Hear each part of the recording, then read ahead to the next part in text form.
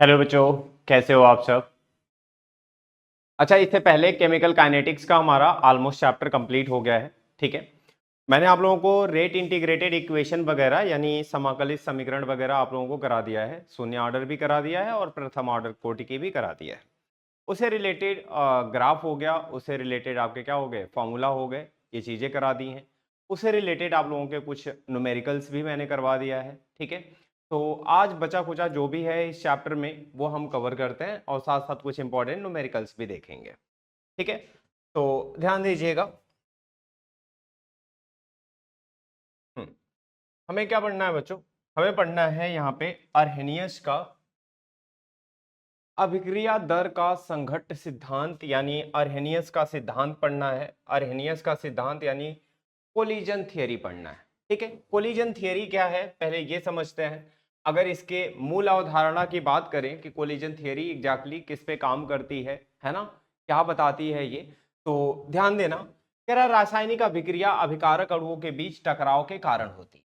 यानी अगर मैं यहाँ पे आपको बताऊं तो कहने का मतलब एग्जैक्टली ये है, अर्हेनियस का सिद्धांत यही है कि जब कोई भी अभिक्रिया स्टार्ट होती है बच्चों, शुरू होती है, तो वो जनरली क्या होता है, आपके अभिकारकों के टकराव की वजह से शुरू होती है। यानी कहने का मतलब है कि किसी अभिक्रिया में जितना ज्यादा आपका क्या होगा, टकराव होगा अभिकारकों के बीच में, वो अभिक्रिया उतना ही क्या होगी, तेजी से प्रोसीड करेगी, तेजी से शुरू होगी। ठीक है, हाँ यहाँ पे कुछ बातों को यहाँ पे ध्यान रखना हमें कि जैसे जितने भी आपके क्या हैं टकराव हैं, क्या ये सारे टकराव आपके क्या हैं, इफेक्टिव हैं, क्या इन सारे टकराव की वजह से क्या आपकी अभिक्रिया होगी, क्या इन सारे टकराव की वजह से आपका उत्पाद बनेगा। ठीक है, ये सारी बातें करनी है। ये जो टकराव है बच्चों, इनको हम संघट्ट बोलते हैं। और ये जितने भी आपके क्या हैं, यानी इफेक्टिव कोलिजन, यानी इफेक्टिव कोलिजन एक तरह से कह सकते हो, यानी जिन भी मतलब लाइक टकराव के परिणाम स्वरूप आपका क्या होता है, उत्पाद बनता है, उसे हम बोलते हैं क्या, इफेक्टिव कोलिजन या संघट्ट बोलते हैं। ठीक है, ये जो संघट्ट होते हैं बच्चों, यहाँ पे हमें बात करनी है बेसिकली इनके। यहाँ पे जेड, जेड क्या होता है बच्चों, यहाँ पे संघट्ट की आवृत्ति होती है। ठीक है, यानी आवृत्ति का मतलब है कि हर सेकंड आपके कितने अणुओं के बीच क्या हो रहा है, टकराव हो रहा है। वो भी कैसा टकराव बच्चों, इफेक्टिव कोलिजन। ठीक है, प्रति सेकंड प्रति इकाई आयतन में होने वाले टकरावों की संख्या यह बहुत अधिक होती है। यानी द्विअणुक संघट्टों के लिए लगभग 10 की घात 25 से लेकर 10 की घात 28 तक, यानी इसी बीच में होती है। आप देख सकते हो कि हर सेकंड कितने आपके संख्या में क्या होते हैं, अणुओं के टकराव होते हैं। करा संघट्टों के प्रकार क्या होते हैं बच्चों, यहाँ पे प्रभावी संघट्ट और अप्रभावी संघट्ट। प्रभावी संघट्ट का मतलब मैं बच्चों वही बता रहा हूँ, इफेक्टिव कोलिजन, यानी कहने का मतलब है कि हर अणु के टकराव के बाद जरूरी नहीं है कि उत्पाद बने ही। हर अणु के टकराव के बाद जरूरी नहीं है कि जो आपका बंध है वो टूट जाए और नया बंध आपका बन के नया सब्सटेंस आपका क्या हो, नया पदार्थ आपका बने, ऐसा बिल्कुल भी जरूरी नहीं है। लेकिन जिन संघट्टों के बाद, जिन टकराव के बाद आपका नया उत्पाद बनता है, यानी पुराने बंध टूट के नए बंध बनते हैं, इन सारे संघट्टों को, इन सारे टकराव को हम क्या बोलते हैं बच्चों, प्रभावी संघट्ट बोलते हैं। और जिनके फलस्वरूप आपका कोई नया बॉन्ड नहीं बनता, कोई उत्पाद नहीं बनता, उसको हम बोलते हैं क्या, अप्रभावी या प्रत्यास्थ संघट्ट। ठीक है, यहां ध्यान देना। ये तो बच्चों बात हो गई क्या, प्रभावी और अप्रभावी संघट्टों की। प्रभावी संघट्टों की कुछ शर्तें हैं बच्चों। क्या शर्तें हैं, क्या कंडीशन है कि कौन से संघट्ट के बाद आपका अभिक्रिया होगी और कौन से संघट्ट के बाद अभिक्रिया नहीं होगी। कह रहा टकराने वाले अणुओं का उचित अभिविन्यास और ऊर्जा अवरोध को पार करने के लिए पर्याप्त ऊर्जा। दो कंडीशन है बच्चों, दो शर्तें हैं। एक तो टकराव वाले अणुओं के का उचित अभिविन्यास होना चाहिए। उचित अभिविन्यास का क्या मतलब है बच्चों, जैसे एग्जाम्पल के तौर पे, अगर मैं उदाहरण के तौर पे क्या ले लूं बच्चों, यहाँ पे मीथेन ले लूं, क्या ले लूं बच्चों, मीथेन ले लूं, और मीथेन के साथ यहाँ पे क्या ले लूं आपका बच्चों, ब्रोमीन। इसके बाद बच्चों यहाँ पे क्या करा दूं बच्चों, OH माइनस से मैं क्या करा दूं, यहाँ पे अभिक्रिया करा दूं। ये जो OH माइनस है बच्चों, इसके पास क्या होता है, इलेक्ट्रॉन बहुत ज्यादा होता है। ये हमेशा वो सेंटर खोजता है, वो केंद्र भी ढूंढेगा, वो एटम ढूंढेगा यहाँ पे जहां पे आपका क्या होगा, इलेक्ट्रॉन का घनत्व तो बहुत क्या होगा, कम होगा। जैसे कि इस कार्बन पे, अब इसको क्या करना है बच्चों, इस कार्बन को अप्रोच करना है, यानी इस कार्बन से टकरा के ये जो ब्रोमीन के साथ है इस बंध को तोड़ देना है और नया बंध OH के साथ क्या करना है, बनाना है। लेकिन अब आप सोच के देखो कि अगर इस OH, ये जो आपका क्या है, छोटा सा अणु OH है, आयन है, ठीक है, और ये आपका जो क्या हो गया, एक मॉलिक्यूल, एक अणु हो गया, अगर इनका प्रभावी संघट्ट होता है, प्रभावी टकराव होता है, प्रभावी का मतलब हुआ बच्चों कि यहाँ पे ऑक्सीजन को बंध बनाना है किससे, कार्बन से। अगर ऑक्सीजन परमाणु आपका कार्बन परमाणु के साथ टकराता है तो ही आपको पता है कि यहाँ पे बंध बनेगा, अदरवाइज बंध नहीं बनेगा।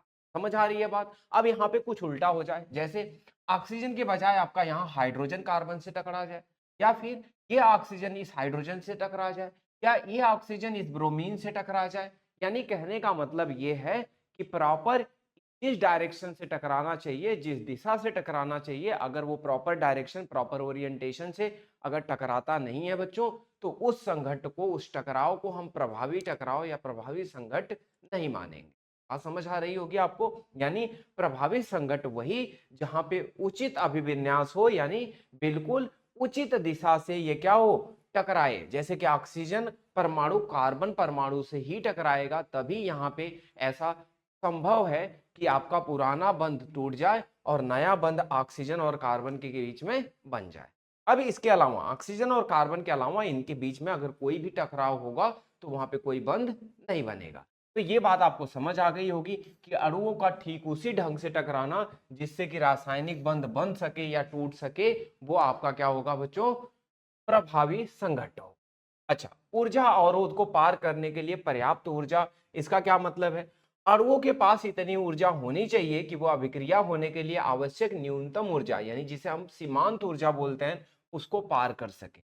यानी कहने का मतलब ये है बच्चों कि कोई भी अभिक्रिया हो, कोई भी अभिक्रिया हो, किसी भी अभिक्रिया के लिए एक जो न्यूनतम ऊर्जा जरूरी होती है, अगर उस परमाणु, उस अणु के साथ अगर वो ऊर्जा है, तभी उसका टकराना सफल होगा, अदरवाइज उसके टकराने से कोई फर्क नहीं पड़ेगा। यानी कहने का मतलब है कि एक रिएक्शन बच्चों, जैसे सपोज करो कि इस रिएक्शन की न्यूनतम ऊर्जा, सीमांत ऊर्जा सपोज कर लो कितना है, 10 किलो जूल है।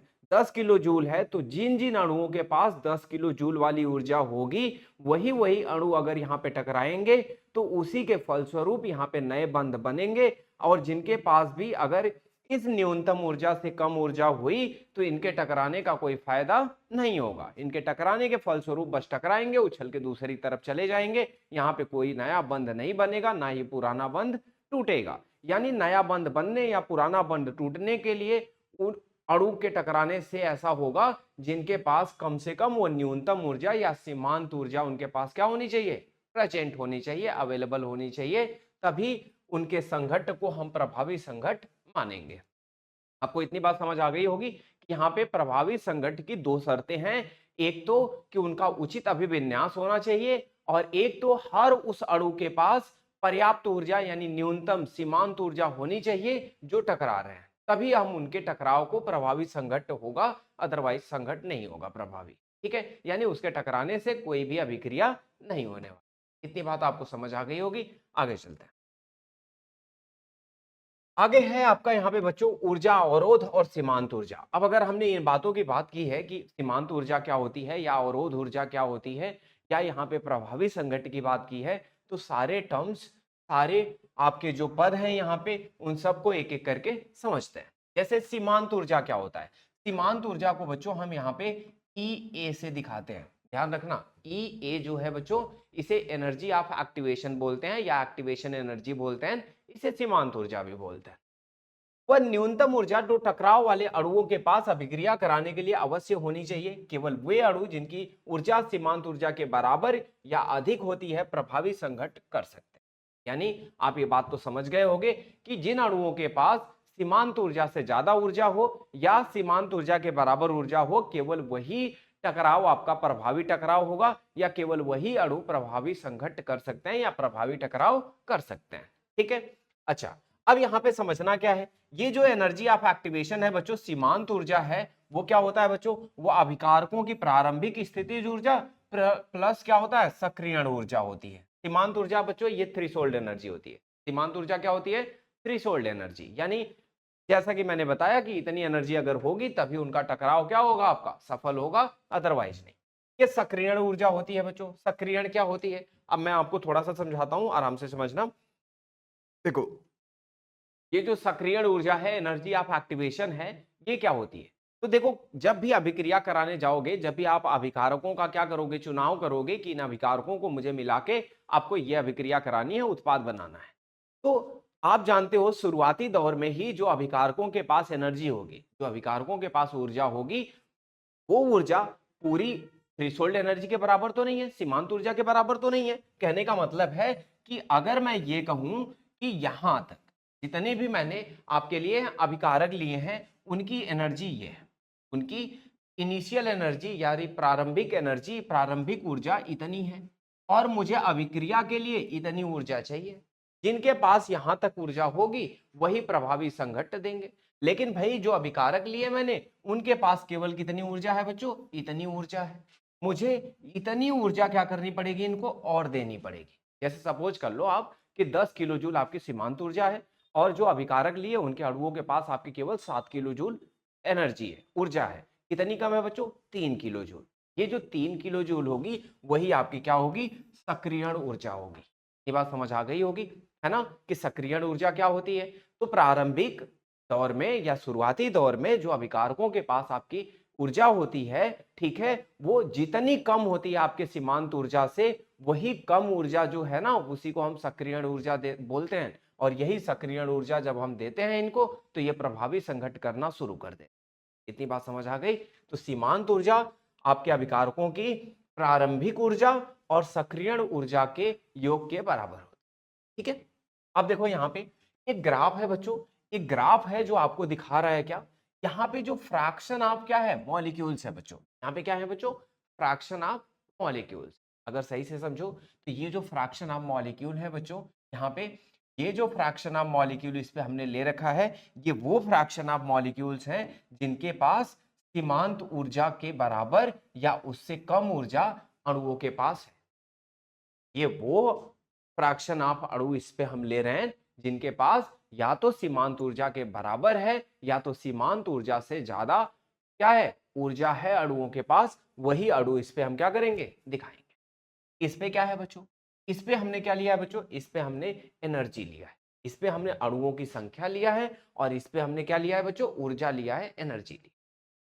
अलग अलग टेम्परेचर पे बच्चों, अलग अलग टेम्परेचर पे, तापमान पे जब आप क्या करते हो, ग्राफ बनाना शुरू करते हो बच्चों, तो इस तरह से ग्राफ बन। ये जो बच्चों ई है ना, ये आपकी सीमांत ऊर्जा है। ये क्या है बच्चों, ई जो है वो आपकी सीमांत ऊर्जा है। सीमांत ऊर्जा के बाद, सीमांत ऊर्जा के बाद आप यहां देख रहे हो, ये वाला जो पोर्शन है बच्चों, ये वाला एरिया, ये वाला क्षेत्रफल आपके उन अणुओं को दिखाता है जिनके पास सीमांत ऊर्जा या सीमांत ऊर्जा से ज्यादा आपके क्या है, ऊर्जा प्रेजेंट है इनके पास अवेलेबल है, उपस्थित है। समझ रहे हो, तो ये उन्हीं अणुओं की संख्या को दिखा रहा है जिनके पास सीमांत ऊर्जा या उससे ज्यादा एनर्जी क्या है, प्रेजेंट है। ये उन अणुओं की संख्या को दिखा रहा है। आप समझ रहे हो, ठीक है, ये सीमांत ऊर्जा हो गई। इसके बाद वाला पूरा ग्राफ उन्हीं अणुओं को दिखाएगा जिनके पास सीमांत ऊर्जा या उससे ज्यादा ऊर्जा है, या जो प्रभावी संघट्ट करते हैं। तो प्रभावी संघट्ट करते हैं ये केवल वो मॉलिक्यूल। ये इधर वाले जितने भी आपका एरिया दिखा रहा है बच्चों, ये वाला पूरा, ये इनके टकराने से कोई प्रभावी संघट्ट नहीं होगा। ठीक है, इनके टकराने से कोई अभिक्रिया नहीं होगी। समझ रहे हो, ये जो बच्चों ये वाला है केस, ये वाला वो वाला पीक पॉइंट है बच्चों, ये यानी fraction of molecules capable of bringing effective collision. ये तो छोड़ दो, ये जो बच्चों है ये आपके मैक्सिमम प्रोबेबल मॉलिक्यूल्स को दिखा रहा है। यानी कहने का मतलब है कि ये सबसे ज्यादा संख्या उन मॉलिक्यूल्स को दिखा रहा है जिनके पास ये एनर्जी सबसे ज्यादा है। अच्छा, ये ना चीजें अभी समझ नहीं आई उनको। मैं एक एग्जांपल लेता हूं, जैसे आपकी क्लास में 40 बच्चे, कोई टेस्ट हुआ, टेस्ट में क्या हुआ बच्चों, यहाँ पे टेस्ट में हुआ ये कि हर बच्चे को मार्क्स मिले। अब आप जानते हो ना, किसी को 5 मिले, किसी को 10 मिले, किसी को 15, किसी को 20, और बहुत सारे ऐसे भी बच्चे होंगे जिनको क्या मिलेगा, 10 मार्क्स मिले होंगे। सपोज करो ऐसे क्लास में 15 बच्चे ऐसे हैं आपकी क्लास में जिनको 10 नंबर मिले हैं, 10 बच्चे ऐसे हैं जिनको क्या मिले, आपके 8 नंबर मिले, कुछ ऐसे भी बच्चे हैं जिनको 20 नंबर मिले, लेकिन सबसे ज्यादा बच्चे ऐसे हैं जिनको 10 नंबर मिला। तो ये जो 10 है ना, ये जो 10 है ना, ये 10 किलो जूल एनर्जी सपोज कर लो यहाँ पे, ये जो 10 है इसके लिए सबसे ज्यादा मॉलिक्यूल दिखा है। तो मैक्सिमम प्रोबेबल मॉलिक्यूल्स का मतलब यही होता है बच्चों यहाँ पे कि ऐसे मॉलिक्यूल, ऐसे अणु जो क्या है, किसी एक एनर्जी को ज्यादा दर्शाते हैं, जो किसी एक एनर्जी के लिए ज्यादा दर्शाते हैं, किसी एक एनर्जी को रखने वाले मॉलिक्यूल्स ज्यादा हैं, वो ये दिखाता है। तो ध्यान रहे इस ग्राफ में जो ये वाला सबसे ऊपर वाला पोर्शन होगा, पीक पोर्शन होगा, ये उन अणुओं को बता रहा है जिनके पास एक ही एनर्जी सबसे ज्यादा है। लेकिन ये इस बात का सबूत नहीं है कि ये प्रभावी संघट करेंगे, बिल्कुल नहीं। प्रभावी संघट तो केवल यही करेंगे जिनके पास सीमांत ऊर्जा से ज्यादा ऊर्जा है। ठीक है, इतनी बात समझ आ गई होगी। अब आगे चलते हैं। सक्रियण ऊर्जा तो मैंने आपको बता ही दिया, अभिकारकों द्वारा सक्रिय यानी एक्टिवेटेड कॉम्प्लेक्स बनाने के लिए आवश्यक न्यूनतम अतिरिक्त ऊर्जा। जैसा कि मैंने आपको बताया कि हर एक अभिकारक के पास प्रारंभिक ऊर्जा होती है, और जो सीमांत ऊर्जा के लिए, सीमांत ऊर्जा तक पहुंचने के लिए जो ऊर्जा चाहिए बच्चों, उसी को हम क्या बोलते हैं, सक्रियण ऊर्जा या एक्टिवेशन एनर्जी बोलते हैं। ठीक है,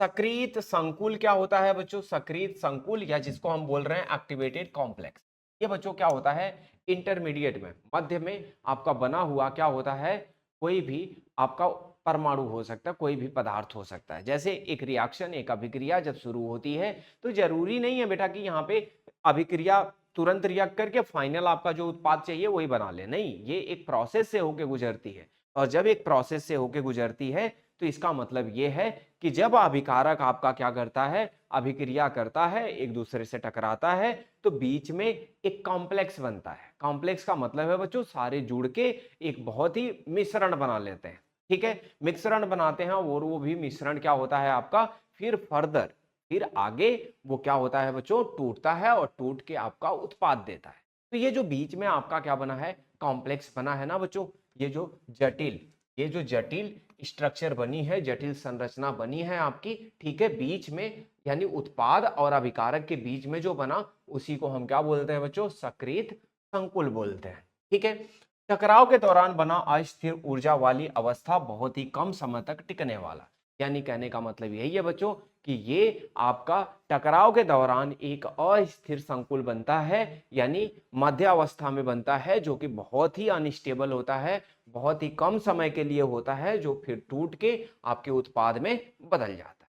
ठीक है, ये होता है आपका सक्रिय संकुल या एक्टिवेटेड कॉम्प्लेक्स।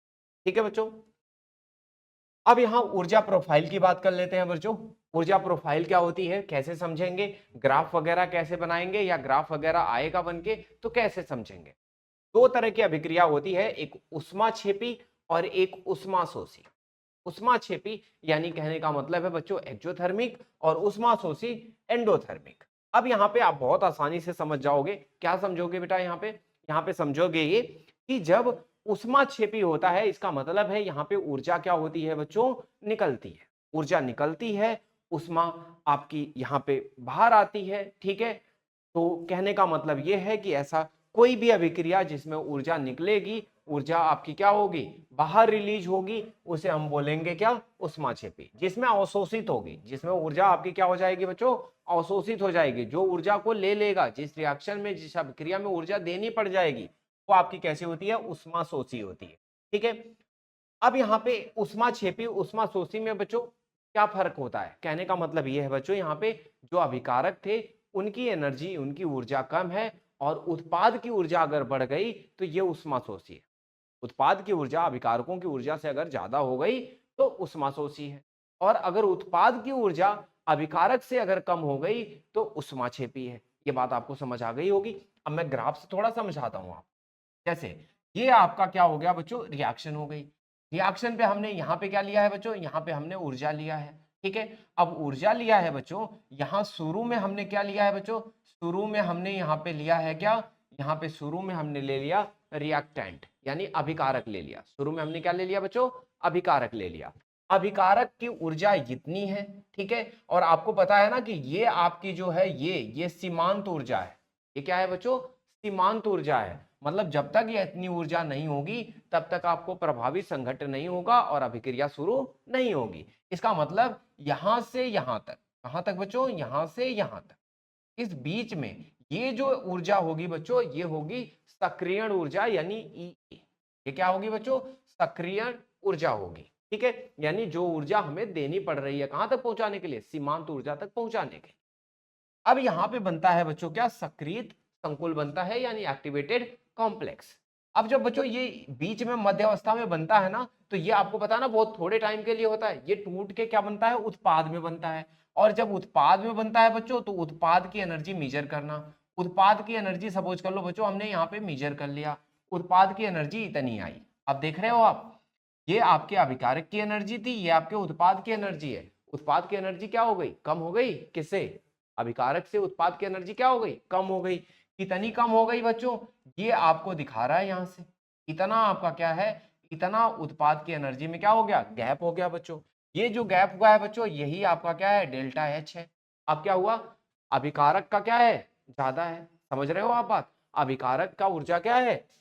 ज्यादा है। उत्पाद की ऊर्जा क्या है? कम है। इसका मतलब है यहाँ पे बच्चों कि ये क्या होगा? नेगेटिव होगा। यानी यहाँ पे ये कैसी रिएक्शन होगी? कैसी अभिक्रिया होगी? ऊष्माक्षेपी होगी। उल्टा कर दो बच्चों। उल्टा क्या? जो अभिकारक है उसकी ऊर्जा कम है और उत्पाद की ऊर्जा क्या है? ज्यादा है। देखो यहां से अभिकारक की ऊर्जा क्या है? कम है। उत्पाद की ऊर्जा क्या है? ज्यादा है। इसका मतलब है यहाँ पे एनर्जी क्या हुई है बच्चों? एब्जॉर्ब हुई है। और अगर एनर्जी क्या हुई है? ऊर्जा अगर यहाँ पे अवशोषित हुई है, तो ये क्या है? ऊष्माशोषी है। समझ रहे हो? तो यहाँ पे ऊर्जा और यानी ऊर्जा प्रोफाइल अगर बनाओगे तो वो इस तरह का क्या होगा? ग्राफ बनेगा। समझ आ गया? कोई दिक्कत तो नहीं है यहाँ पे? क्लियर है सबको?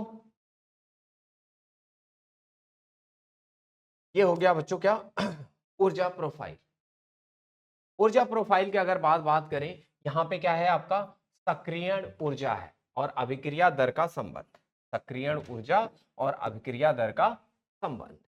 अच्छा, सक्रियण ऊर्जा और यानी अभिक्रिया दर मतलब जान रहे हो ना आपका? वही dr/dt इसका, और आपका सक्रियण ऊर्जा मतलब E। इन दोनों में संबंध की बात कर। ठीक है, संबंध की बात करें यहाँ पे बच्चों, तो यहाँ पे कहने का मतलब ये है बच्चों कि अगर आपका क्या होता है? एनर्जी एक्टिवेशन, एक्टिवेशन एनर्जी या आपकी क्या? सक्रियण ऊर्जा, सक्रियण ऊर्जा कम है, तो अधिक अणुओं के पास पर्याप्त ऊर्जा होती है, यानी प्रभावी संधियों का अंश अधिक होता है, प्रभावी संघटनों का अंश अधिक होता है, तीव्र अभिक्रिया होती है। चलो इससे मतलब निकालते हैं। इससे मतलब क्या निकालेंगे बच्चों? यहां से मैं थोड़ा सा समझाता हूं आपको। अगर सपोज कर लो ये आपका क्या है? अभिकारक है। ये क्या है बच्चों? अभिकारक है। और ये आपकी क्या है? सीमांत ऊर्जा है। ये आपकी क्या है बच्चों? सीमांत ऊर्जा है। ठीक है, तो इसके बीच में ये जो होगा बच्चों, यहां से यहां तक जो होगा, ये क्या होगा आपका? ये होगा सक्रियण ऊर्जा। अब ये कह रहा है कि अगर आपकी सक्रियण ऊर्जा कम है, इसका मतलब ये हुआ कि सक्रियण ऊर्जा जितनी कम होगी, अभिकारक की ऊर्जा उतनी ज्यादा होगी। और अभिकारक की ऊर्जा जितनी ज्यादा होगी, इसका मतलब है बच्चों आपको बहुत कम ऊर्जा देनी पड़ रही है। कहां तक पहुंचाने के लिए? सीमांत ऊर्जा तक पहुंचाने के लिए। का मतलब ये हो गया कि बच्चों ये जितना कम होगा आपका सक्रियण ऊर्जा, प्रभावी संघट उतना ज्यादा होगा, यानी जेड। जेड क्या होगा बच्चों? उतना ज्यादा होगा। और जेड जितना ज्यादा होगा बच्चों, अभिक्रिया आपकी क्या होगी? तीव्र होगी, यानी बहुत फास्ट होगी। यानी इसमें बहुत ज्यादा ऐसे संख्या है अणुओं की जिनके पास सीमांत ऊर्जा है, जो टकराने के बाद प्रभावी संघट करेंगे, जिनके टकराने से बंध बनेंगे और बंध टूटेंगे भी। ठीक है, लेकिन बच्चों अगर सक्रियण ऊर्जा ज्यादा हुई, इसका मतलब है अभिकारक की ऊर्जा कम होगी, हमें बहुत ज्यादा ऊर्जा देनी पड़ रही है सीमांत ऊर्जा तक पहुंचाने के लिए, यानी उनको प्रभावी संघट तक काम करवाने के लिए। ठीक है, तो इसका मतलब ये हुआ बच्चों कि सक्रियण ऊर्जा अगर यहाँ पे ज्यादा हुई, ठीक है ध्यान रखना, सक्रियण ऊर्जा ज्यादा, तो आपका प्रभावी संघट आपका क्या हो जाएगा? कम हो जाएगा। प्रभावी संघट क्या हो जाएगा बच्चों? कम हो जाएगा। प्रभावी संघट कम हो जाएगा तो अभिक्रिया की दर क्या हो जाएगी? कम हो जाएगी, मंद अभिक्रिया हो जाएगी। तापमान बढ़ाने पर सक्रिय अणुओं की संख्या बढ़ती है। जब आप क्या करते हो बच्चों? तापमान बढ़ाते हो, तो तापमान बढ़ाने से पता है क्या होता है? तापमान बढ़ाने से होता है कि अणुओं की, अभिकारकों की ऊर्जा बढ़ने लगती है। अभिकारकों की ऊर्जा बढ़ने लगती है, इसका मतलब है कि ऐसे अभिकारकों की संख्या बढ़ने लगेगी, ऐसे अणुओं की संख्या बढ़ने लगेगी जिनके पास सीमांत ऊर्जा होगी। और सीमांत ऊर्जा वाले प्रोफाइल में अगर आपके अणु जाने लगेंगे, इसका मतलब ज्यादा से ज्यादा प्रभावी संघट्ट होगा और ऊर्जा आपकी अभिक्रिया क्या होगी, आगे की तरफ तेजी से बढ़ेगी। यानी कहने का मतलब है अभिक्रिया की दर क्या हो जाएगी, बढ़ जाएगी। इसका मतलब ये हुआ बच्चों कि टेम्परेचर बढ़ाओगे बच्चों, तो टेम्परेचर बढ़ाने से आपके क्या होगे, अणुओं की संख्या बढ़ेगी। कौन से अणुओं की संख्या बढ़ेगी बच्चों, जो आपके सीमांत ऊर्जा को पार कर जाएंगे, जो प्रभावी संघट्ट करेंगे। इससे अभिक्रिया की दर आपकी क्या होगी, बढ़ेगी। क्लियर है सबको? चल, सक्रियण ऊर्जा आप लोग जानते हो, ठीक है, ठीक है। तो सक्रियण ऊर्जा का मतलब आपको पता चल गया। अब इसके बाद आगे चलते हैं। अभिविन्यास अवरोध क्या है? अभिक्रिया होने के लिए केवल ऊर्जा पर्याप्त नहीं है। अभी मैंने आपको समझाया है कि अभिक्रिया होने के लिए केवल ऊर्जा का पर्याप्त होना नहीं है, अभिकारक अणुओं का उचित अभिविन्यास के साथ टकराना आवश्यक है, ताकि बंध ठीक से टूट सके और बन सके। जैसा मैंने अभी आपको मीथेन और OH को समझाया लेके कि भाई यहाँ पे केवल ऊर्जा का होना काफी नहीं है, यहाँ पर्याप्त नहीं है। अगर दो अणु प्रॉपर यानी सही दिशा से अगर नहीं टकराए, जैसे कि वहां कार्बन परमाणु ऑक्सीजन परमाणु से नहीं टकराएगा जब तक, तब तक पुराना बंध टूटेगा नहीं, नया बंध बनेगा नहीं। यानी प्रभावित संघट्ट होने के लिए भी उचित अभिविन्यास के साथ टकराना आवश्यक है। उचित अभिविन्यास सक्रिय संकुल के निर्माण को सुनिश्चित करता है। अभिक्रिया की दर या प्रभावी संघट्टों की संख्या इस पर निर्भर करती है। ठीक है, यानी कहने का मतलब यही है बच्चों कि जब यहाँ पे क्या होगा, टकराव सही से होगा, सही दिशा से होगा, उचित डायरेक्शन से होगा, तभी आपका यहाँ पे क्या होगा, उसे हम प्रभावी संघट्ट मानेंगे और ऐसा होने से अभिक्रिया आपकी होगी। दर व्यंजक क्या होता है बच्चों? दर व्यंजक आप लोग जानते हो क्या होता है। दर व्यंजक होता है आपका dx अपान में dt, और यहाँ पे dx अपान dt जो होता है बच्चों, वो संघट्ट की आवृत्ति और प्रभावित संघट्टों का अंश। ठीक है, प्रभावी संघट्टों का अंश, यानी कहने का मतलब दर बराबर आप लिख सकते हो क्या, z गुणे f। z क्या है बच्चों? संघट्ट की आवृत्ति है। f क्या है बच्चों? उचित अभिविन्यास या पर्याप्त ऊर्जा वाले संघट्टों का अंश है। ठीक है, अब यहाँ आप देख रहे होगे कि जैसे यहाँ पे क्या हुआ बच्चों, यहाँ पे हुआ ये कि ये आपका एक अणु है, ये आपका एक अणु है, दोनों टकराए बच्चों, यहाँ पे बना आपका क्या, यहाँ पे बना सक्रिय संकुल एक्टिवेटेड कॉम्प्लेक्स। इसके बाद एक्टिवेटेड कॉम्प्लेक्स बना बच्चों, और इसमें आप ध्यान से देख रहे होगे ये इस तरह से था, ठीक है, और टकराए यहाँ पे, और टकराने के बाद अब ये ऐसे अलग अलग होके आपका उत्पाद में बदल गए। लेकिन यहाँ पे क्या हुआ बच्चों, यहाँ पे ये टकराए दोनों, टकराने के बाद दोनों ही क्या हो गए, अलग अलग हो गए, क्योंकि यहाँ पे उचित अभिविन्यास नहीं था। जिसको टकराना चाहिए था वो ये नहीं टकराया, और जब वो नहीं टकराया इसका मतलब यही है कि भाई वो केवल टकराएंगे और उछल के दूसरी तरफ चले जाएंगे, इनके टकराने से कोई भी बंध टूटेगा या बनेगा नहीं। ठीक है, इतनी बात आपको समझ आ गई। अभिकारकों की प्रकृति बच्चों, अभिकारकों की भौतिक अवस्था की बात कर लेते हैं। प्रकृति पे यानी किस किस बातों पे डिपेंड करता है आपकी अभिक्रिया की दर, तो अभिकारकों की भौतिक अवस्था पे अभिकारक दर बहुत प्रभाव डालती है। जैसे दर का क्रम, गैसीय अवस्था में भाई टकराव बहुत ज्यादा होता है। जब टकराव ज्यादा होता है इसका मतलब है यहाँ पे अभिक्रिया की दर भी ज्यादा रहेगी, द्रव में कम हो जाएगी, ठोस में और कम हो जाएगी, क्योंकि यहाँ टकराव कम हो जाते हैं। गैस और द्रव में कण स्वतंत्र रूप से गति करते हैं, अधिक बार प्रभावी संघट्ट होता है। ठोस कण स्थिर होते हैं, कम संघट्ट होता है। समझ गए? समांगी निकाय, विसमांगी निकाय, संघट्ट अधिक प्रभावी होते हैं, यानी एक ही प्रावस्था में होते हैं। यानी जहां पे बच्चों समांगी निकाय का मतलब होगा जहां पे आपके अभिकारक के अणु सारी एक ही अवस्था में होंगे, चाहे गैस में, चाहे द्रव में, चाहे ठोस में। लेकिन अगर भाई एक से ज्यादा अवस्था में हुए तो उसे हम विसमांगी निकाय बोलते हैं। यानी अभिकारकों की अवस्था की बात चल रही है यहाँ पे, अलग अलग अभिकारक अलग अलग अवस्था में अगर लोगे तो यहाँ पे हो सकता है कि आपकी जो अभिक्रिया है उसकी दर क्या होगी, कम होगी। यानी सारी बातें हो रही हैं आपके संघट्ट के प्रभावी होने पे, यानी अवस्था सेम रहेगी तो संघट्ट प्रभावी होने के चांसेस ज्यादा रहेंगे। लेकिन अगर अभिक्रिया यानी आपके निकाय ही विसमांगी होगा, यानी अलग अलग अवस्था में आपके अभिकारक होंगे, इसका मतलब है यहाँ पे संघट्ट का प्रभावी होना बहुत कम हो जाता है भिन्न प्रवस्थाओं की वजह से। ठीक है, अभिकारकों का भौतिक आकार बच्चों यहाँ पे क्या है, ठोसों के लिए कण का आकार घटने पर दर बढ़ती है। यानी कहने का मतलब तो यही है कि ठोसों के लिए यानी कण का आकार घटने पर यानी कण की साइज अगर क्या होता है बच्चों, कम होता है यानी छोटा होता है कण का साइज, तो अभिक्रिया की दर बढ़ेगी।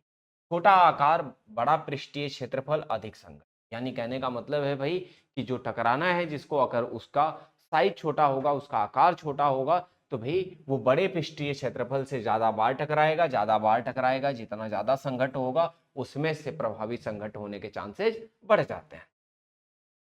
जोड़ अवस्था, अधिकतम पृष्ठीय क्षेत्रफल, सबसे तीव्र अभिक्रिया। यानी कहने का मतलब है कि आप लोगों ने बहुत सारी ऐसी अभिक्रिया पढ़ा होगा जिसमें लोगों अभिकारकों को चूर्ण के फॉर्म में यानी पाउडर के फॉर्म में बना लिया जाता है। बारीक बारीक कणों में पाउडर के फॉर्म में बदलने से बस क्या होता है कि यहाँ पे पृष्ठीय क्षेत्रफल बढ़ जाएगा, और जब क्षेत्रफल बढ़ जाएगा तो यहाँ पे टकराव बढ़ जाएगा, टकराव बढ़ जाएगा तो अभिक्रिया भी बढ़ जाएगी यानी तीव्र हो जाएगी। तो ध्यान देना क्या पढ़ रहे हैं हम पढ़ रहे हैं यहाँ पे कि अभिकारकों की रासायनिक प्रकृति। अब बच्चों यहाँ पे क्या है कि जब आपके क्या होते हैं, दो एटम, दो परमाणु एक दूसरे से जुड़ते हैं तो वहां पे बंध बनता है। अब अगर ये बंध बच्चों क्या होता है, बहुत ही अगर क्या होता है मजबूत होता है, बहुत ही ज्यादा क्या होता है शक्तिशाली होगा, तो भाई ये टूटेगा भी नहीं। जब आप इसे तोड़ने जाओगे तो बहुत ज्यादा ऊर्जा की जरूरत भी पड़ेगी, और जिन भी बंधों को टूटने में बहुत ज्यादा ऊर्जा की जरूरत पड़ती है, ठीक है, वहां पे आपकी अभिक्रिया की दर क्या हो जाती है, धीमी पड़ जाती है। तो ध्यान रहे, अभिक्रिया की दर आपकी तेज तभी होगी जब आपके अणुओं के बीच जो बंध है बच्चों, जो परमाणुओं में बंध बने हैं, वो क्या होने चाहिए, बहुत कमजोर होने चाहिए। जैसे अलग अलग अभिक्रिया, जैसे ये वाली अभिक्रिया आपकी तीव्र है। तीव्र क्यों है बच्चों, क्योंकि यहाँ पे जो नाइट्रोजन मोनोऑक्साइड है, नाइट्रोजन ऑक्सीजन के बीच में जो बंध बन रहा है वो बहुत क्या है, छोटा बंध है, बहुत ही मजबूत बंध नहीं है। और बहुत मजबूत बंध नहीं होने की वजह से ही ऑक्सीजन से क्या होता है, जब अभिक्रिया करता है तो ये तुरंत NO2 में क्या होता है, बदल जाता है। ऐसा इसीलिए हो रहा है क्योंकि यहाँ पे बंध जो बना है परमाणुओं के बीच में वो बहुत कमजोर है, ठीक है। लेकिन यहाँ पे बच्चों जो CH4 है बच्चों, कार्बन हाइड्रोजन के बीच में जो बंध बना है ये बहुत मजबूत बंध है। इस वजह से जब ये ऑक्सीजन से क्या हो रहा है, टकरा रहा है, तो ये बहुत तेजी से बंध ना तो टूट रहा है ना तो बन रहा है। इसका मतलब यहाँ अभिक्रिया की दर क्या हो जाती है, धीमी पड़ जाती है। तो ध्यान रहे, अभिकारकों की रासायनिक प्रकृति पे भी आपकी अभिक्रिया की दर निर्भर करती है। समझ रहे हो, निर्भर क्यों करती है, क्योंकि बंध अगर आपका मजबूत हुआ तो अभिक्रिया की दर कम होगी, बंध अगर आपका क्या होता है, कमजोर होता है, तो अभिक्रिया की दर ज्यादा रहेगी। अब बात आती है बच्चों अभिकारकों की सांद्रता पर।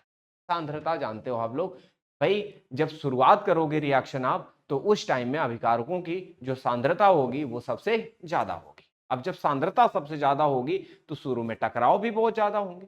टकराव जितने ज्यादा होंगे उन्हीं टकराव में से प्रभावित टकराव भी क्या होंगे, आपके ज्यादा रहेंगे। जितने ज्यादा प्रभावी टकराव उतना तीव्र आपकी क्या होगी, अभिक्रिया होगी। अब यहाँ पे अभिक्रिया की तीव्रता यानी सीधे सीधे किस बात पे आ रही है, अभिकारक की सांद्रता पे। अभिकारक की सांद्रता जितनी ज्यादा, अभिक्रिया की दर उतनी ज्यादा, ठीक है। इतनी बात समझ आ रही है। तो यहाँ पे अगर हम दर के नियम की बात करें, यहाँ पे हम क्या बात करें बच्चों, दर के नियम की बात करें, तो दर बराबर होता है आपका KA, ठीक है। ये आपका जो अभिकारक होते हैं इन्हीं के सांद्रता के रूप में हम यहाँ पे क्या करते हैं, आपका एक्सप्रेशन लिखते हैं। समय बीतने के साथ ए और बी की सांद्रता घटती है, इस वजह से अभिक्रिया की दर भी क्या होती है, कम होती जाती है। यानी अभिक्रिया की दर और समय के बीच में अगर आप ग्राफ बनाओगे तो जो ग्राफ यहाँ आप देख रहे हो ऐसा ही ग्राफ आपका बन के मिलेगा। यानी समय के साथ आपका क्या हो रहा है, यहाँ पे अभिकारक का जो क्या है, मतलब सांद्रता है वो कम हो रही है। सांद्रता कम होने के साथ साथ क्या हो रहा है, अभिक्रिया की दर भी कम होती जा रही है, ठीक है। तापमान का प्रभाव क्या होता है बच्चों, तापमान के प्रभाव की अगर बात करोगे यहाँ पे तो ध्यान देना भाई, तापमान का क्या प्रभाव पड़ता है। यहाँ पे माना जाता है अरहिनियस के हिसाब से कि तापमान हर 10 डिग्री सेल्सियस बढ़ाने पर, हर 10 डिग्री सेल्सियस बढ़ाने पर अभिक्रिया की दर दोगुनी हो जाती है। अभिक्रिया की दर क्या हो जाती है, दोगुनी हो जाती है। कह रहा तापमान बढ़ाने पर अभिक्रिया दर काफी बढ़ जाती है। कई अभिक्रियाओं में तापमान प्रत्येक 10 डिग्री सेल्सियस की वृद्धि पर दोगुनी तिगुनी हो जाती है। यानी हम मान के चलते हैं कि अगर आप किसी भी अभिक्रिया में तापमान 10 डिग्री सेल्सियस का अगर अंतर ले जाते हो यानी बढ़ाते हो तो अभिक्रिया की दर दोगुनी या तीनगुनी हो जाती है, ठीक है।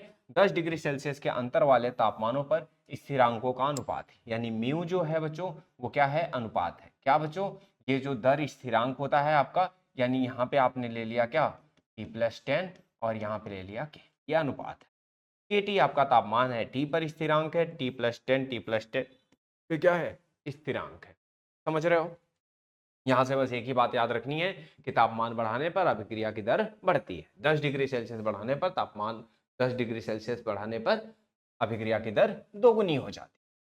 अर्हेनियस का बच्चों एक इक्वेशन है, अर्हेनियस की ये जो इक्वेशन है, अगर यहाँ आप सीधे सही से देखो तो ये इक्वेशन है ए, यहाँ पे क्या है बच्चों, यहाँ पे आपका है के, ये क्या है आपका के बराबर ए और ई की पावर माइनस ई ए अपान में क्या है बच्चों आर टी।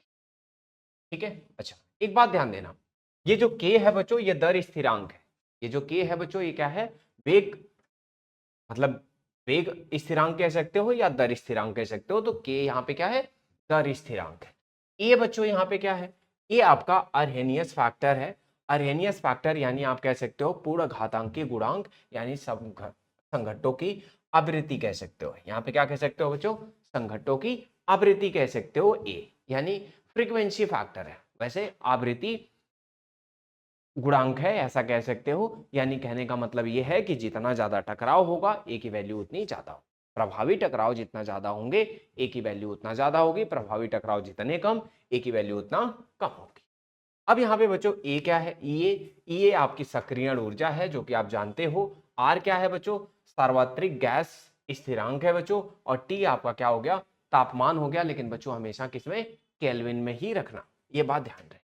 अब यहाँ पे बच्चों एक बात अगर आप यहाँ से समझो, क्या समझोगे, ये जो बच्चों ई की पावर माइनस ए अपान आर टी है, ये दर्शाता क्या है बच्चों, ये दर्शाता है कि टी में छोटे परिवर्तन भी के को काफी प्रभावित करते हैं। ये जो बच्चों क्या है, ये उन अणुओं को दिखाता है, ये उन अणुओं को दिखाता है जिनके पास कम से कम क्या होती है सीमांत ऊर्जा के बराबर ऊर्जा या उससे ज्यादा ऊर्जा होती है। ये उन अणुओं को दर्शाता है। ई की पावर माइनस ए अपान आर टी, ये पूरा का पूरा ये किसको दिखाता है बच्चों, ये दिखाता है उन अणुओं की संख्या को जिनके पास सीमांत ऊर्जा से ज्यादा ऊर्जा या उसके बराबर ऊर्जा होती है किसी भी अभिक्रिया। इतनी बात समझ आ गई होगी। और अगर इतनी बात समझ आई आपको तो अब यहाँ कुछ मुख्य बिंदु हैं, जैसे तापमान का प्रभाव, तापमान बढ़ाओगे संघट्ट बढ़ेगा बच्चों तो आपकी क्रिया तीव्र होगी। घातांकी संबंध, जैसा कि मैंने बताया कि ये आपका पद है जिसमें तापमान T बढ़ाने पर K को काफी प्रभावित करता है, यानी K की वैल्यू बहुत तेजी से बढ़ती है अगर आप तापमान क्या करते हो बढ़ाते हो तो। सक्रियण ऊर्जा बच्चों कह रहा है ये वाली अभिक्रियाएं तापमान परिवर्तन के प्रति अधिक संवेदनशील होती हैं, यानी जितनी भी अभिक्रियाएं ऐसी होती हैं जिनकी सक्रियण ऊर्जा क्या होती है ज्यादा होती है, उसके केस में आप तापमान परिवर्तन पे वो अभिक्रियाएं ज्यादा संवेदनशील, मतलब तापमान बढ़ाने पे ज्यादा तेजी से अभिक्रिया की तीव्रता बढ़ेगी यानी दर बढ़ेगी। समझ रहे हो?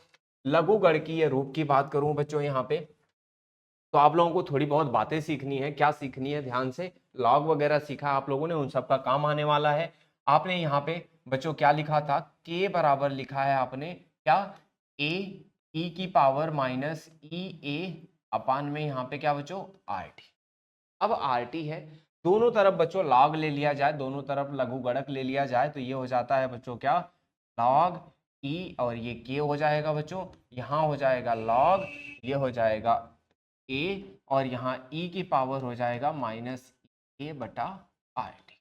ठीक है, अगर बच्चों मैं इसे अलग करूं तो आपको पता है ना फॉर्मूला, लॉग एम एन क्या होता है बच्चों, ये हो जाता है लॉग एम प्लस क्या हो जाता है यहाँ पे लॉग एन हो जाता है, यानी गुणे में हो तो ऐसे धन में कन्वर्ट हो जाता है। ठीक है, अब यहाँ पे ध्यान देना, ये हो जाएगा आपका लॉग ई और ये के हो जाएगा बच्चों, यहाँ पे क्या हो जाएगा अलग अलग लिख दो, ये हो जाएगा लॉग ई ए और ये हो जाएगा लॉग, यहाँ पे ई है ही, यहाँ पे माइनस ए अपान में आर।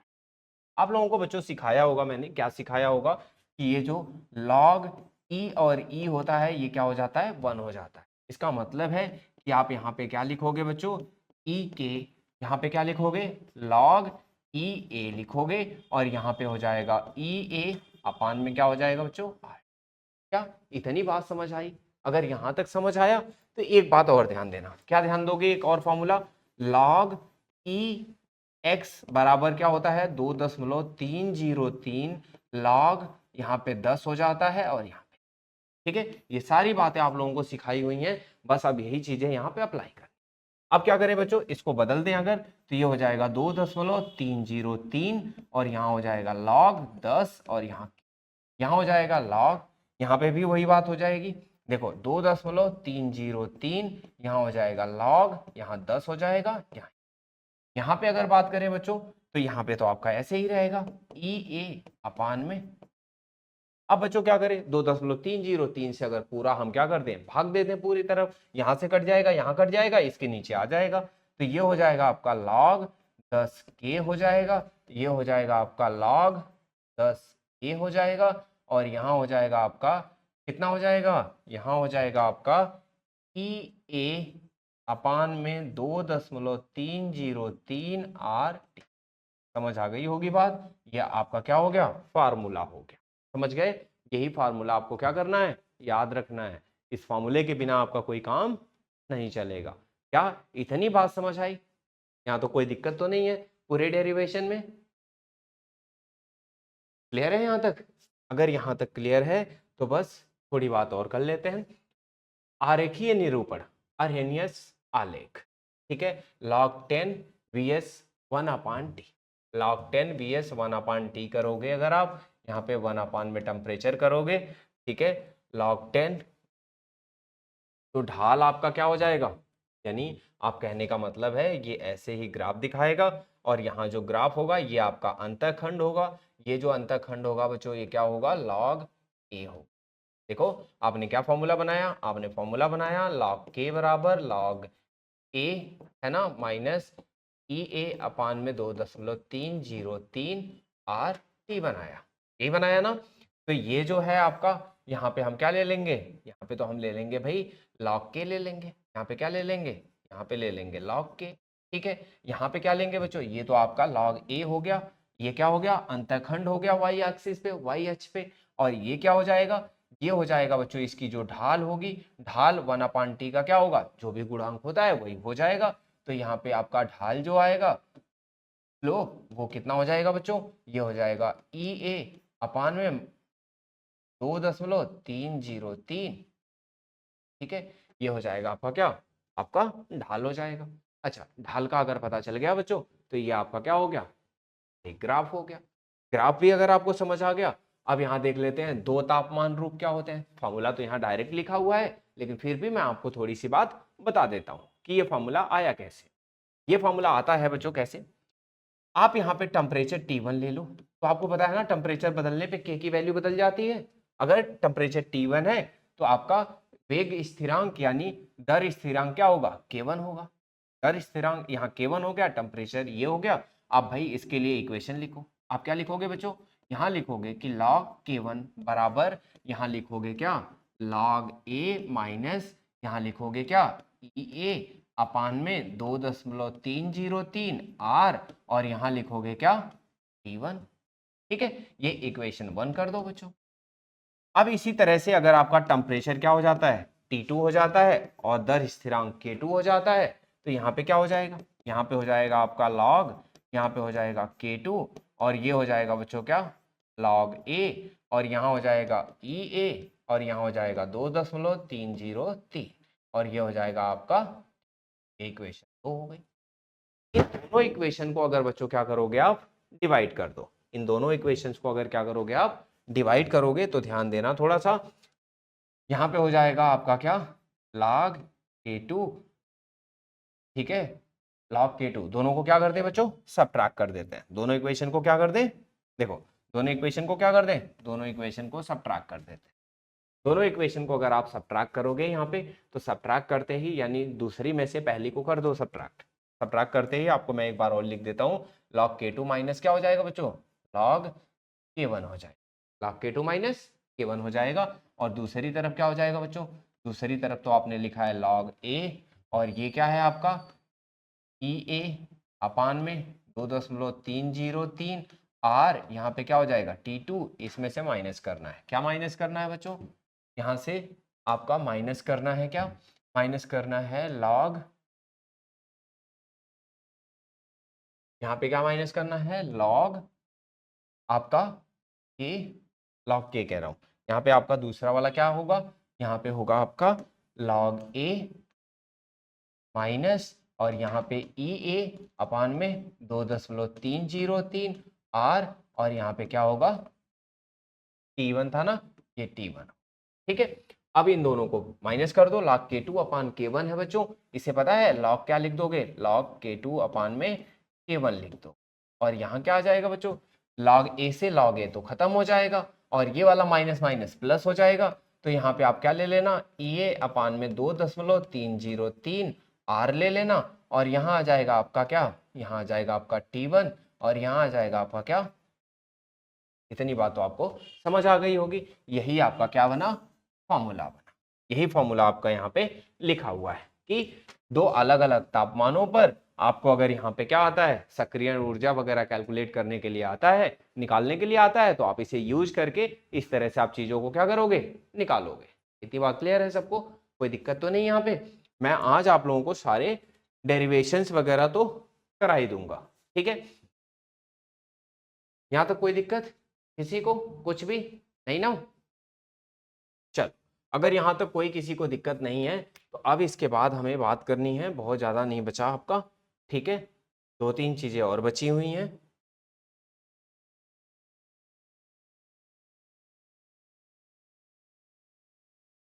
चल देखो बच्चों क्या है, यहाँ पे है आपका, अब जितने भी उत्प्रेरक होते हैं, जितने भी उत्प्रेरक होते हैं, ये उत्प्रेरक किसी भी अभिक्रिया में क्या करते हैं, किसी भी अभिक्रिया में जब भी आप कैटलिस्ट उत्प्रेरकों का क्या करते हो, उपयोग करते हो, तो ये अभिक्रिया में इनकी वजह से अभिक्रिया की जो दर होती है वो कैसे प्रभावित होती है, यही बात हमें क्या करनी है, यहाँ पे सीखनी है। वैसे मैं एकदम बिल्कुल की पॉइंट बताऊं, एक दिमाग में बात रखोगे तो जो अभिक्रिया की दर कैसे बदलती है, यानी उत्प्रेरक का काम क्या होता है, ये बेसिकली क्या करता है बच्चों, एक अलग से आपको रास्ता दे देता है। जैसे आपको घर से अगर क्या करना है, बाजार जाना है, तो आप हमेशा क्या करते हो, शॉर्टकट यूज करते हो। वैसे घर जाने के लिए, अगर घर से बाजार जाने के लिए दो रास्ते हैं, एक थोड़ा घूम के जाता है और एक सीधा सीधा जाता है, ठीक है। तो जो सीधा सीधा जाएगा वो क्या करता है, कम समय लेगा, कम ऊर्जा खर्च करेगा, और अगर आप व्हीकल से जा रहे हो तो कम पेट्रोल खर्च करेगा, है ना, आसानी से पहुंच जाओगे। लेकिन एक जो घुमा घुमा के जाएगा वो ज्यादा समय भी लेगा और ज्यादा संसाधनों का क्या करेगा, उपयोग भी करेगा। यही बात यहाँ पे अप्लाई होती है एक कैटलिस्ट में। कैटलिस्ट क्या करता है, आपके अभिक्रिया को आसान कर देता है। कैसे आसान करता है बच्चों, एक अलग रास्ता दे देता है, एक अलग तरीका दे देता है, जिसमें संसाधनों का उपयोग भी कम होगा, जिसमें आपके समय की भी बचत होगी, और जिसमें आपकी क्या होगी, ऊर्जा की भी बचत हो जाती है। जैसे यहाँ पे एक ग्राफ दिखा रहा है कि अभिकारक आपका यहाँ पे क्या कर रहा है, इस सक्रियण ऊर्जा को लेके सीमांत ऊर्जा इसको इतनी चाहिए इस अभिक्रिया में, और इतनी सीमांत ऊर्जा पे जब पहुंच जाता है तो क्या बनता है बच्चों, सक्रिय संकुल बनता है, और फिर टूट के क्या बनता है, आपका उत्पाद बनता है। लेकिन जैसे ही आप यहाँ पे क्या करते हो, कैटलिस्ट ऐड करते हो, जैसे उत्प्रेरक डालते हो, ये प्रेरक अभिक्रिया को वहां ना ले जाके अब सक्रिय संकुल को इसी पे बना देता है। और सक्रिय संकुल को देख रहे हो, ये सीमांत ऊर्जा थी, उससे कम ऊर्जा पे ही आपके रिएक्शन को पूरा करवा देता है। यानी सक्रिय ऊर्जा को क्या करता है, कम कर देता है। यानी आपकी ऊर्जा की भी बचत कर दिया, आपके समय की भी बचत कर दिया, और उत्पाद वही का वही बचा, उत्पाद वही का वही बन रहा है। समझ रहे हो आप बात को। तो ध्यान रहे, भूमिका क्या रहती है, सक्रिय ऊर्जा को कम करके एक वैकल्पिक अभिक्रिया पद प्रदान करता है। समझ गए। प्रभाव, अधिक अभिकारक अणु कम की गई, ईए को पार करने के लिए पर्याप्त ऊर्जा प्राप्त कर लेते हैं, अभिक्रिया दर काफी बढ़ जाती है। यानी कहने का मतलब है बच्चों, जैसे ही आपका यहाँ पे उत्प्रेरक आता है, तुरंत जो सीमांत ऊर्जा है उसको कम कर देता है। सीमांत ऊर्जा जैसे ही कम होती है, यानी सक्रिय ऊर्जा कम हो जाती है। अब आप ये मान के चलो जैसे कि भाई 10 किलो जूल आपकी सीमांत ऊर्जा थी, और अणुओं के पास थी टोटल कितनी ऊर्जा भाई, 7 किलो जूल, ठीक है, 7 किलो जूल ऊर्जा थी। अब आपने क्या किया, एक उत्प्रेरक ले लिया। उत्प्रेरक लेते ही उत्प्रेरक ने क्या कर दिया कि जो 10 किलो जूल पे आपकी क्या हो रही थी, अभिक्रिया हो रही थी, उसे कम करके एक अलग से वैकल्पिक पाथ दे दिया आपको, और जिसमें आपकी अभिक्रिया अब शुरू हो जाएगी भाई 6.5 पे। इसका मतलब क्या हुआ कि भाई सक्रियण ऊर्जा कम हो गई, आपको अब यहाँ पे ऊर्जा देने की जरूरत ही नहीं है। बहुत ज्यादा आपके अणु खुद ही क्या हो गए, सीमांत ऊर्जा को पार कर गए। और जब बहुत ज्यादा अणु सीमांत ऊर्जा को वही पार कर जाएंगे तो इसका मतलब है यहाँ पे अभिक्रिया क्या होगी, बहुत तेजी से होना शुरू हो जाएगी, क्योंकि अब जितने भी संघट होंगे वो ऑलमोस्ट क्या होने लगेंगे, प्रभावी संघट होने लगेंगे। समझ आ गई होगी बात। ऊर्जा वक्र, तो उत्प्रेरक की उपस्थिति में ऊर्जा वक्र का शिखर निचला दिखाई देता है, ये ऐसा कि आप देख रहे हो कि यहाँ ऊर्जा वक्र क्या हो जाएगा, नीचे हो जाएगा। उदाहरण, जैविक अभिक्रियाओं में एंजाइम या हाइड्रोजनीकरण में प्लैटिनम जैसी धातुएं, यानी जितनी भी जैविक अभिक्रियाएं होती हैं वहां पे प्लैटिनम धातु जो यूज की जाती है बच्चों पाउडर के फॉर्म में या हाइड्रोजनीकरण में, देखते हो आप जो तेलों का क्या किया जाता है, हाइड्रोजनीकरण किया जाता है, वहां पे भी प्लैटिनम धातु यूज की जाती है। और ये प्लैटिनम धातु का यही काम होता है कि एक वैकल्पिक पाथ देना, सक्रियण ऊर्जा को क्या करना, कम कर देना। समझ आ गई होगी बात। समझ आ गई तो आगे चलते हैं, आगे चले, ध्यान देना। ऋणात्मक उत्प्रेरक क्या होता है? ऋणात्मक उत्प्रेरक बच्चों अभिक्रिया दर घटाता है। करा भूमिका, एक उच्च ऊर्जा मध्यवर्ती बनाकर ईए को बढ़ा देता है, जिससे अभिक्रिया तंत्र बदल जाता है। ठीक है, कम अणु अधिक ऊर्जा अवरोध को पार कर पाते हैं, अभिक्रिया दर घट जाती है। ऊर्जा वक्र आपका यहाँ शिखर दिखाई देता है। उदाहरण, ग्लिसरॉल H2O2 के अपघटन को बंद कर देता है। यानी आपका कहने का मतलब ये है भाई कि भाई जिंदगी में हमेशा पॉजिटिव कैटलिस्ट ही नहीं चाहिए जो आपके दर को बढ़ा दे। भाई आप बर्बाद हो रहे हो और आपके लिए कोई क्या कर रहा हो, पॉजिटिव कैटलिस्ट का काम कर रहा हो, वो आपके बर्बाद होने की दर को क्या कर देगा, बढ़ा देगा। ठीक है, तो ऐसा नहीं करना है भाई। कभी कभी आपको कैसे चाहिए, ऋणात्मक उत्प्रेरक भी चाहिए जो आपकी अभिक्रिया की दर क्या कर दे बच्चों, कम कर दे, जो आपको रोके टोके, है ना, जिससे कि क्या करे, अभिक्रिया की दर क्या हो जाए, कम हो जाए। ठीक है, वही बात यहाँ पे चल रही है कि H2O2 का अपघटन होता है बच्चों और वो बड़ी तेजी से होता है। H2O2 का अपघटन अगर हमें रोकना होता है तो हम उसमें क्या डाल देते हैं, ग्लिसरॉल डाल देते हैं। ग्लिसरॉल क्या करता है, अपघटन को रोक देता है। अपघटन को रोकता कैसे है बच्चों, तो ये क्या करता है, जिसमें हमने वहां देखा कि वो एक वैकल्पिक पाथ देता है, ये भी वैकल्पिक पाथ देगा, बस उसमें क्या था कि सक्रियण ऊर्जा को कम कर देता है, ये सक्रियण ऊर्जा को बढ़ा देता है, जिससे कि बहुत कम अणु ही सीमांत ऊर्जा को पार कर पाते हैं। और जब कम अणु सीमांत ऊर्जा को पार कर पाएंगे तो प्रभावी संघट्ट कम हो जाएगा। प्रभावी संघट्ट कम होते ही आपका क्या हो जाएगा, अभिक्रिया की दर कम हो जाती है। समझ आ गई होगी बात आप लोगों को।